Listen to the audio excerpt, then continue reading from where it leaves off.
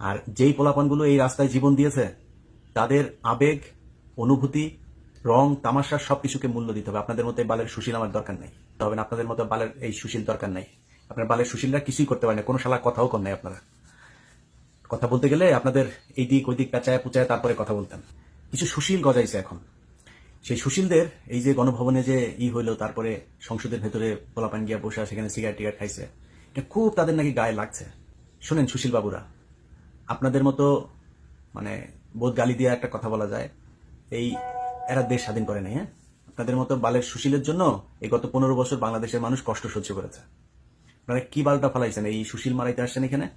এই যেই ছেলেগুলো গণভবনে যায় এই যে এগুলি করছে না, এরা এখানে গিয়া কোটি কোটি টাকা পায় নাই। হ্যাঁ, যা করেছে মজা করেছে সেটা, কিন্তু এটা করার দরকার ছিল। কেন ছিল জানেন? এখন আর ওই মনসুর আহমেদ, ওই তাজউদ্দিনের মেয়ে, ওনাদের মতো বই লিখতে হবে না। এইটাই এখন বই, এটা ইতিহাস হয়ে থাকলো। বই লিখলে তো বিশ্বাস করেন না। শেখ মুজিবের যে 570 দিয়ে করছিল, 2 দিন লাশ পড়েছিল, তো আপনাদের অনেকেরই হয়তো বিশ্বাস হয় না। অনেক মানুষ এখন বঙ্গবল্টু বঙ্গবল্টু বলে, তো এটা যে বিশ্বাস হয় না, এবার একটা বিশ্বাস মানে চোখে দেখলে ভিজুয়াল তো এটা মনে থাকবে।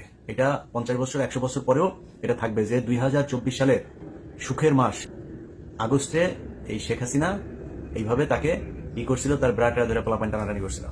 এটাই ইতিহাস, লেখার দরকার নাই। একদম চোখে হাতে নাতে প্রমাণ যে বাংলাদেশের মানুষ তাকে কিভাবে বিদায় দিয়েছে, মানে কিভাবে পালিয়ে গিয়েছে, তারপরে মানুষ গিয়ে তার সাথে কিভাবে ফান করেছে, এটা ইতিহাস।